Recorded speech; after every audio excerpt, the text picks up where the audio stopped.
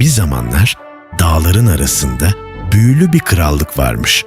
Güneş ışığı gökyüzünden yavaşça süzülürken saraylarda sihirli bir hikaye başlamak üzereymiş.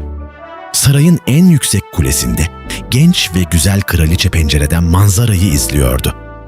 Kalbi derin bir dilekle doluydu. Henüz doğmamış bebeği için dua ediyordu. Keşke beyaz tenli, kan kadar kırmızı dudaklı ve abanoz kadar siyah saçlı bir kızım olsa diye fısıldadı kraliçe yıldızlara bakarak. Ve dileği gerçek oldu. Küçük bir prenses dünyaya geldi. Teni bembeyaz, dudakları gül kadar kırmızı, saçları gece kadar siyahtı. Adını Pamuk Prenses koydular. Ama talihsizce Pamuk Prenses henüz çok küçükken sevgili annesi hastalanarak vefat etti. Krallık derin bir yasla kaplandı. Yıllar geçti ve kral yeniden evlendi. Yeni kraliçe çok güzeldi ama kalbi buz gibiydi. Kendisinden güzel birinin olmasına asla tahammül edemezdi. Kraliçenin en değerli eşyası sihirli bir aynaydı. Her gün aynaya bakıp, "Söyle bakalım sihirli ayna, dünyanın en güzel kadını kim?" diye sorardı. Ayna her seferinde, "Siz kraliçem, sizsiniz en güzel," derdi. Bu cevap kraliçeyi çok mutlu ederdi. Gururla gülümser ve odasından çıkardı. Bu arada küçük Pamuk Prenses büyüyor, her geçen gün daha da güzelleşiyordu. Kalbi de dış görünüşü kadar güzeldi. Herkese iyilik ve sevgi gösterirdi. Bir sabah kraliçe yine aynanın karşısına geçti. "Söyle bakalım sihirli ayna, bu krallıkta en güzel olan kim?" diye sordu her zamanki gibi. Ama bu kez aynanın cevabı çok farklıydı. "Siz güzelsiniz kraliçem ama Pamuk Prenses sizden 1000 kat daha güzel," dedi ayna. Kraliçe şoke olmuştu. Kıskançlık kraliçenin kalbini kapladı. "Pamuk Prenses'ten kurtulmalıyım," diye bağırdı. Hemen avcı başını çağırttı ve korkunç bir emir verdi. "Pamuk Prenses'i ormana götür ve onu öldür," emrini verdi kraliçe. Avcı çok üzgündü ama kraliçeye karşı gelemezdi. Başını eğerek emri kabul etti. Ertesi gün avcı Pamuk Prenses'i çiçek toplamaya götürmek için ormana davet etti. Pamuk Prenses sevinçle kabul etti, güzel bir gün geçireceklerini düşünüyordu. Ormana girdiklerinde Pamuk Prenses çiçek toplamaya başladı. Masum ve mutluydu. Ağaçların arasında dans ediyor, kuşlara şarkılar söylüyordu. Avcı içinden "Bunu yapamam," diye düşündü. Bu masum çocuğa nasıl zarar verebilirdi?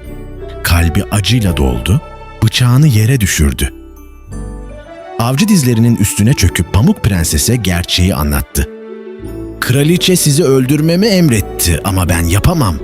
Kaçın prensesim, uzaklara gidin ve asla geri dönmeyin." Pamuk Prenses gözyaşları içinde koşmaya başladı. Ormanda hangi yöne gittiğini bilmeden sadece kaçıyordu. Dallar yüzünü tırmalarken korkuyla ilerliyordu. Karanlık düşerken orman daha da korkutucu göründü. Gölgeler canavar gibi şekiller aldı. Pamuk Prenses o kadar korkmuştu ki nihayet bir ağacın dibinde bayılıp düştü. Sabah olduğunda Pamuk Prenses ormandaki hayvanların kendisini çevrelediğini gördü. Tavşanlar, sincaplar, kuşlar ve geyikler onu koruyorlardı. Artık yalnız değildi. Hayvanlar Pamuk Prenses'i ayağa kaldırdılar. Onun bir yere sığınması gerektiğini anlıyorlardı. Tavşanlar önden koşmaya başladı. "Sanki bizi takip et," diyorlardı. Ormanda yürürken birden küçük, sevimli bir kulübe gördü. Pencerelerinden ışık sızıyordu ama kapısı kilitlenemeyecek kadar kısa ve tuhaftı. Pamuk Prenses çok meraklıydı. Yavaşça kapıya yaklaştı ve hafifçe vurdu. Cevap gelmeyince kapıyı itip içeri girdi. "Merhaba, burada kimse var mı?" diye seslendi. İçerisi çok dağınıktı. Kirli tabaklar masada, yerde elbiseler, her yer tozlu ve karışıktı. "Kim bu kadar dağınık yaşayabilir ki?" diye düşündü gülümseyerek. Masada 7 küçük tabak, 7 küçük bardak, 7 küçük kaşık vardı.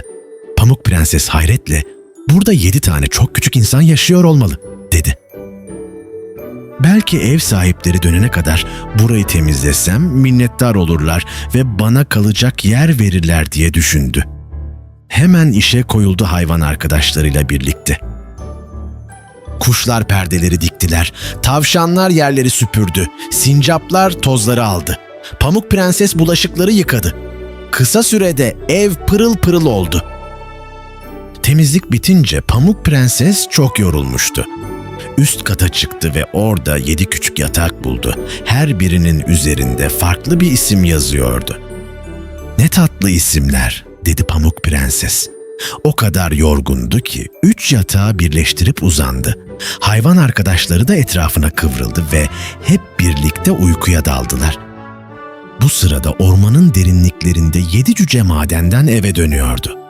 Kazmaları omuzlarında şarkı söyleyerek yürüyorlardı. Ama evlerine yaklaştıklarında bacadan duman çıktığını ve pencerelerin ışık saçtığını gördüler. "Evimizde biri var," diye fısıldadı akıllı endişeyle. "Bir canavar olabilir," dedi uykucu esneyerek. "Ya da bir hırsız," dedi neşeli korkuyla. Sessiz olun," dedi utangaç kekeleyerek. Yavaşça kapıya yaklaştılar. Kapıyı yavaşça iterek içeri girdiler. Her şey tertemizdi. "Evimiz parlıyor," dedi neşeli şaşkınlıkla. "Kim temizledi acaba?" diye merak etti akıllı. "Yukarıda bir ses var," diye fısıldadı somurtkan. Hepsi kazmaları kaldırarak yavaşça merdivenlere yaklaştılar. Kalpleri güm güm atıyordu. Yatak odasına vardıklarında yataklarında uyuyan güzel kızı gördüler. "Bir melek," dedi neşeli fısıltıyla. "Ne kadar güzel," dedi utangaç kızararak. Hafif bir ses duyan Pamuk Prenses gözlerini açtı. 7 küçük adamı görünce şaşırdı ama korkusuzca gülümsedi. "Merhaba, ben Pamuk Prenses. Sizi korkuttum mu?" Pamuk Prenses onlara başından geçenleri anlattı. Kötü kraliçeyi, avcıyı ve ormanda kaybolduğunu. Cüceler çok üzüldü ve ona kalmak için yer teklif ettiler. "Burada kalabilirsin," dedi neşeli sevinçle. "Ama kraliçe seni burada bulmamalı," dedi akıllı endişeyle. "Gündüzleri kapıyı kimseye açma," diye uyardılar. Bu arada sarayda kraliçe yine aynaya sordu. "Söyle bakalım ayna, en güzel olan kim?" Ayna cevap verdi. "Pamuk Prenses hala yaşıyor ve en güzel olan hala o." Kraliçe öfkeden deliye döndü. "Avcı bana yalan söyledi. Pamuk Prenses'ten kendim kurtulmalıyım," diye bağırdı. Hemen gizli planını yapmaya başladı. Karanlık Büyüler kitabını açtı. "Kendimi yaşlı bir köylü kadına dönüştüreceğim," dedi. Yeşil bir iksir hazırladı ve içti. Büyü başladı. Genç ve güzel kraliçe yavaş yavaş değişmeye başladı. Saçları beyazlaştı, teni buruştu, sırtı kamburlaştı. Korkunç yaşlı bir cadı haline geldi. Sonra zehirli bir elma hazırlamaya başladı. "Bir ısırık alsın ve ebedi uykuya dalacak," diye kıkırdadı. Kırmızı elmayı zehirli iksire batırdı. Elma büyülü bir şekilde parladı. Sabah olduğunda cüceler madene gitmek için evden ayrılırken Pamuk Prenses'i öptüler. "Kapıyı hiç kimseye açma," diye tekrar uyardılar. O da söz verdi.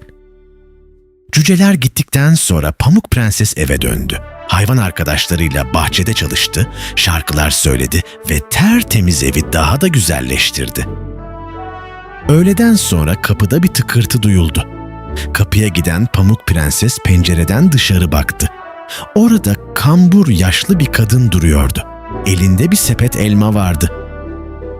"Tatlı kızım, hiç elma ister misin? Çok tazeler," dedi yaşlı kadın tatlı bir sesle. Pamuk Prenses, "Hayır teşekkür ederim, kapıyı açamam," dedi hatırlayarak.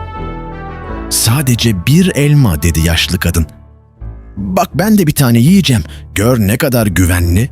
Elmanın zehirsiz tarafından ısırdı. "Görüyor musun?" Hayvanlar Pamuk Prenses'i durdurmaya çalıştı. Kuşlar cadıyı gagaladı, tavşanlar iteklediler.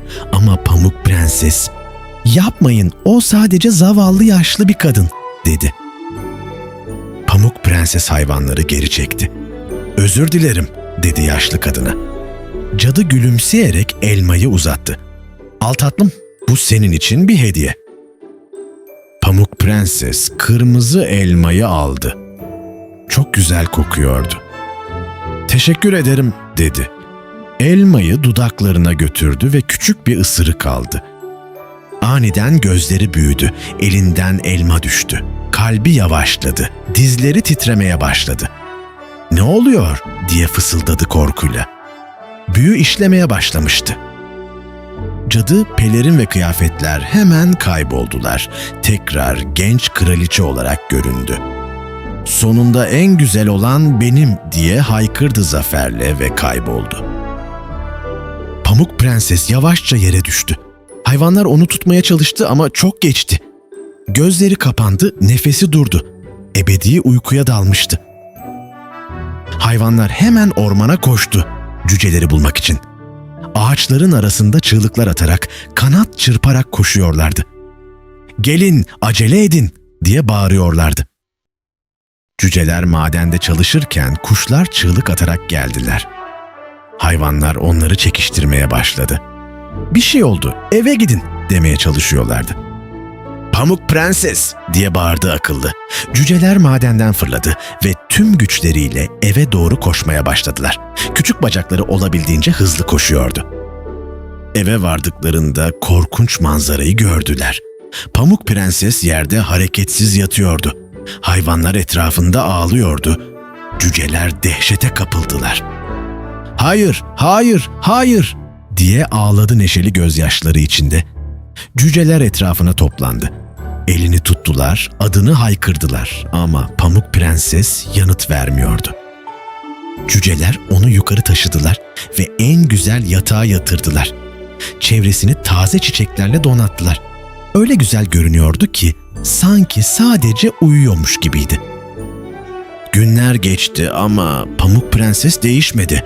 Teni hala kar gibi beyaz, dudakları hala gül kadar kırmızıydı.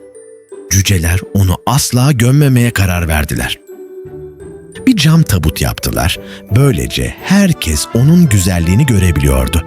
Tabutun üzerine altın harflerle Pamuk Prenses yazdılar ve onu bahçeye koydular. Cüceler gece gündüz nöbet tuttular. Hayvanlar da hiç ayrılmadı yanından. Herkes Pamuk Prenses'i o kadar çok seviyordu ki onu yalnız bırakmıyorlardı. Bir gün yakındaki krallıktan genç bir prens ormandan geçiyordu. Cam tabutun yanından atıyla geçerken birden durdu. İçindeki güzelliği görmüştü. Prens atından indi ve yavaşça cam tabuta yaklaştı. Pamuk Prenses'i gördüğünde nefesi kesildi. "Hayatımda bu kadar güzel birini hiç görmemiştim," diye fısıldadı. "Kim bu güzel prenses?" diye sordu cücelere. Onlar üzüntüyle hikayeyi anlattılar. Prens dinlerken kalbi acıyla doldu. Gözlerinden yaşlar süzüldü. "İzninizle ona veda etmek istiyorum," dedi prens. Cüceler başlarını salladılar. Prens eğildi ve Pamuk Prenses'in alnına nazikçe bir öpücük kondurdu. Aniden sihirli bir şey oldu. Parlak bir ışık yayıldı. Pamuk Prenses'in kirpikleri titredi, parmakları kıpırdadı. Büyü kırılıyordu. Gerçek aşkın öpücüğü büyüyü bozmuştu. Pamuk Prenses gözlerini açtı. İlk gördüğü şey prensin sevgi dolu yüzü oldu. Gülümsedi ve merhaba dedi. Prens sevinçten ağlıyordu. Cüceler zıplıyordu. "Sen benim hayallerimin prensisin," dedi Pamuk Prenses. "Sen benim kalbimin prensesisin," dedi prens. Birbirlerinin ellerini tuttular ve gözlerine baktılar. Prens, "Benimle krallığıma gelir misin ve prensesim olur musun?" diye sordu. Pamuk Prenses sevinçle, "Evet," dedi ama sonra cücelere baktı. Onlardan ayrılmak istemiyordu. "Git prensesim," dedi akıllı gözyaşlarıyla. "Mutlu ol, biz hep senin arkadaşların olacağız," dedi neşeli. Bütün cüceler onu kucakladılar. Ayrılık çok duyguluydu. Pamuk Prenses prensin atına bindi. Geriye dönüp cücelere ve hayvanlara el salladı. Her zaman sizi ziyaret edeceğim. Söz veriyorum diye bağırdı. Cüceler saatlerce el salladılar. Sonunda Pamuk Prenses gözden kayboldu. "Bizim küçük prensesimiz mutlu olacak," dedi uykucu gözyaşlarını silerek. Bu arada sarayda kötü kraliçe yine aynaya sormuştu. Ama ayna yine Pamuk Prenses en güzel demişti. Kraliçe öfkeden kontrolünü kaybetti. Öfkesiyle koşarak salondan çıktı ve kuleye çıkmaya başladı. Ama öfkeden gözü hiçbir şey görmüyordu. Merdivende tökezledi ve düştü. Kötülük kendi sonunu getirmişti. Kötü kraliçe gitti ve krallık sonunda özgür oldu. Artık kimse Pamuk Prenses'e zarar veremezdi. Büyü tamamen sona ermişti. İyilik kötülüğü yenmişti. Pamuk Prenses ve Prens muhteşem saraya vardılar. Tüm krallık onları bekliyordu. Büyük bir kutlama başladı. Müzikler çalındı, danslar edildi. Büyük bir düğün yapıldı. Pamuk Prenses en güzel beyaz gelinliğini giydi. Prens yakışıklı bir damat olarak yanında durdu. İkisi de mutluluktan parlıyordu. 7 cüce özel misafirler olarak törende vardı. Ön sırada oturuyorlar, mendillerle gözyaşlarını siliyorlardı. "Bizim küçük prensesimiz evleniyor," diyorlardı sevinçle. Düğün töreni bittikten sonra büyük bir şölen verildi. Lezzetli yemekler, tatlılar, müzikler ve danslar. Herkes neşe içindeydi. Saray şenlik yeriydi. Pamuk Prenses ve Prens ilk danslarını yaptılar. Herkes onları izledi. Öyle mutlu görünüyorlardı ki sanki bir rüyaydı. Gerçek aşk sonunda zafer kazanmıştı. Cüceler müziğe kapılıp birbirleriyle dans etmeye başladılar. Sersem uykucunun ayaklarına bastı. Somurtkan bile gülümsüyordu. Ne kadar eğlenceliydi. Gece olduğunda gökyüzünde büyük havai fişekler patladı. Renkli ışıklar gökyüzünü aydınlattı. Herkes yukarı baktı. Pamuk Prenses balkonda durmuş havai fişekleri izliyordu. "Bu en güzel gün," dedi prense. Prens, "Hayır, mutlu sonumuzun ilk günü," dedi gülümseyerek. Aşağıda cüceler ve hayvanlar yukarı bakıyordu. "Hep mutlu olsunlar," diye bağırdılar. Pamuk Prenses onları gördü ve öptü, teşekkür etti. Günler geçti ve Pamuk Prenses sözünü tuttu. Sık sık cüceleri ziyaret ediyordu. Onlara tatlılar getiriyor, birlikte şarkılar söylüyorlardı. Cüceler de sık sık saraya davet ediliyordu. Özel yemeklerde onurlu konuklar olarak yer alıyorlardı. Artık bir aile gibiydiler, hiçbir zaman ayrılmayacaklardı. Yıllar geçti ve Pamuk Prenses'in prensiyle mutlu bir krallığı oldu. İyi bir kraliçe oldu, herkese adil ve nazikti. Tıpkı annesinin olmasını dilediği gibi. Ve böylece Pamuk Prenses, prensi, 7 cücesi ve orman arkadaşlarıyla sonsuza dek mutlu yaşadılar. Çünkü gerçek aşk, gerçek dostluk ve iyi bir kalp her zaman kazanır. Masal burada sona erer.